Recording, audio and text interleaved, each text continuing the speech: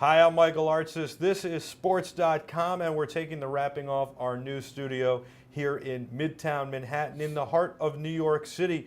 Joining me for this very special moment is a very, very special guest, Roberto Clemente Jr. Thank you so much for joining us. Well, thanks, Michael. It's great to be here, be the first guest at the network, and very proud of what you guys have done, and I'm very excited with the future of the network. Well, we're excited to have you here and hope that you'll be alongside us for many broadcasts to come, and we'll have a lot of exciting stuff. And we've worked very hard, as you've seen, to put this studio together, to unwrap it, and I think, what do you think? I think it's great. It's the beginning, unwrapping, and very exciting stuff. I'm telling you that the guys, all the athletes, are going to be very, very happy to come in here and be a part of it. Now, you have a really interesting history. Your dad was an amazing baseball player. Well, Jackie Robinson broke the color barrier. Your father was really a very, very impactful baseball player. He had 3,000 hits and was the first Puerto Rican baseball player to do that, and really brought not only Jackie Robinson, again, broke the color barrier, but your father brought baseball a little bit further and made Puerto Rican baseball players popular and got fans to start accepting Puerto Rican baseball players. And I think baseball players, no matter what their color or their background. And so many people love your father. And unfortunately, your father passed away in a plane crash before he got to finish his work. He also did a lot of work in Puerto Rico, and he was on his way to Puerto Rico when he was in the plane crash. No, go to Nicaragua, actually. Oh, leaving Nicaragua, Puerto I'm Rico, sorry. but the plane did go down leaving Puerto Rico, a mile and a half away after takeoff. And, obviously that opened the eyes of a lot of people, the kind of person that he was. And that's the way he lived his life, all his life. He was not the first Latino into baseball, but he was the first Latino superstar that was able to attach his work through baseball and be able to use baseball as a vehicle to help others. Now, on sports, we plan to tell a lot of the behind the scenes. We plan to talk about a lot of what the athletes are like as people and who they are. And your father, as you said, a lot of people didn't know until the plane crash what he was doing and how much of a humanitarian he was, and that he was using baseball and his popularity in baseball to spread good across the globe. Can you talk a little bit about that before we get into some other things? Absolutely. He was one of these people that cared about everyone else. Like I said, he used baseball as a vehicle to be able to help others. He actually, before this time, obviously, he would take fan mail and he would take a look at the cities that they were going on their road trip, and he would take those kids, the cities that kids were writing, that were in hospitals, and he would take those, put them aside, and already had a schedule with the road trip where the team was playing, and visit every children's hospital and go and hand deliver the signatures, the autograph that the kids were asking for. So he did that on his own time. He would get up in the morning, go to the hospital, and then from there go to the ballpark. Unbelievable. It's truly amazing. Obviously, before the PR monster that is today, where players do things and fans, unfortunately, a lot of times think they're doing it just for PR. But it was even before all that. Your father was doing this out of the kindness of his heart. Now, growing up, who was his idol? Who did he look up to and look to? Who did he want to be? Well, it's kind of funny because he did become an activist throughout his career. But growing up, his idol was Martin Luther King, JFK, and in baseball was Monte Irving. He used to go to San Juan Stadium and Sixto Escobar Stadium, and he would climb up a tree to be able to see into the field.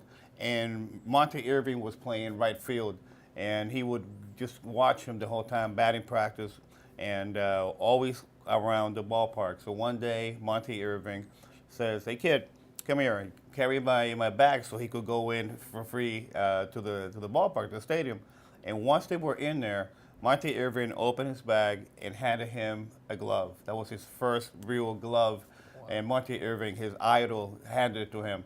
So he was ecstatic, obviously, and the ironies of life. In 1973, after playing 18 years with the Pittsburgh Pirates, he's being inducted into the Baseball Hall of Fame. And ironically, the same day, Monte Irving was being inducted the same day. So both went into the Hall of Fame the same day. That's pretty amazing. That's an unbelievable and remarkable story. And the fact that he gave him a glove and he basically gave him his start in baseball, for your idol to do that is pretty remarkable. What is your greatest baseball memory from watching your father play? I believe it was the 1971 World Series. For the first time on network television, someone actually spoke Spanish, live television. He was so proud. He was proud. He was representing not only Puerto Rico, he was representing Latin America. He was actually representing the minority people, the hardworking people. And the first thing he wanted to say was ask for his blessings from my grandparents in Puerto Rico, blessing us kids in Puerto Rico, meaning his sons, and for all the people of Latin America. He actually just dedicated that triumph of that series that he had. It was an amazing series he had in 1971, winning the MVP. He actually just gave it up to everyone in Latin America. How hard was it for him to play in that World Series and in baseball in general? Did he face a lot of racism? He did, mostly at the beginning, even including spring training. It was pretty tough when they had to go in, and the minorities, the just guys that were from black or Latinos, had to actually drive a station wagon, and everyone was at the bus. So Wow. they had to go separately from them, because there were certain instances that the bus would stop to pick up food for the players, but they would not be able to go into the restaurant because they were colored. And Dad was very proud. He would tell the guys, "Well, give me something to eat." And he says, "If you actually just take something from this place, you're gonna have to deal with me, because we're not gonna eat anything from this place because they don't accept people from color."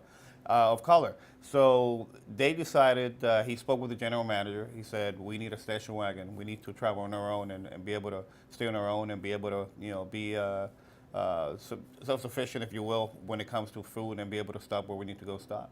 Isn't it amazing when you walk into a locker room today and you see all these players, they congregate, they hang out, and baseball is one of those sports where they say that it's the most camaraderie, it's the best. You spend so much time together. Michael Jordan, when he played baseball, had said baseball was the most exciting because of the travel with the guys. Yeah. That this was a new concept, a new thing back then, that, these guys didn't fit in. That's right. It was very hard. I mean, you talk about having two strikes, if you will. You're come to the United States from Puerto Rico or Dominican Republic, wherever you came from, you have a culture shock, first of all, and then you have the language barrier. You have two things against you that can drive anyone crazy, and now you have to play baseball at the same time. It's something that's very hard to do, and they did it at the time, and I'm very proud that he was able to go out and do what he did, because he grew up to become a leader of the team, and the rest is history. He did pretty well. Now, what about playing baseball when you were a kid with your father? What was that like? It was kind of funny. He had this red, white, and blue glove. It was bigger than me, actually. That's when I remember him rolling the ball towards me and me catching it. He's actually teaching me how to catch the ball. But it was funny because we have film. I'm in my diapers, and I have a plastic bat. I'm swinging the bat. I'm running around. I'm sliding. So he always told my mom, this one right here is a natural. And it was fun. It was a lot of fun. We have some great home movies that I watch sometimes, and it's great memories. Now, when you played, did you feel like you were making your father proud? Well, it's kind of funny. Baseball is a fun game. Baseball is one of those things that you love the game and you play the game for the love of the game. For me, it's a matter of just having fun, playing the game that I love, and being able to go out there and do well. I did very well growing up in Puerto Rico. As a matter of fact, Ruben, Sierra, and myself, we were always battling for a batting title. I always beat him, but it became a lot of fun. But when I signed professionally with the Philadelphia Phillies in 1984, from the first day that I signed, it stopped being fun. It was a lot of media attention. It was something that I put a lot of pressure on myself. But the questions that came over and over and over, and just walking out the clubhouse for the first time, I had 100 reporters outside, and the team is stretching, and they tell me, no, you need to deal with the media so they can go away. But it was every single day. It never stopped. It never stopped. It was pretty tough. So it stopped being fun. It was something that I did not enjoy, and affected me for that first year. Now, I wanted to talk about your father and his toughness, and then we'll get back to you later because I think that's interesting.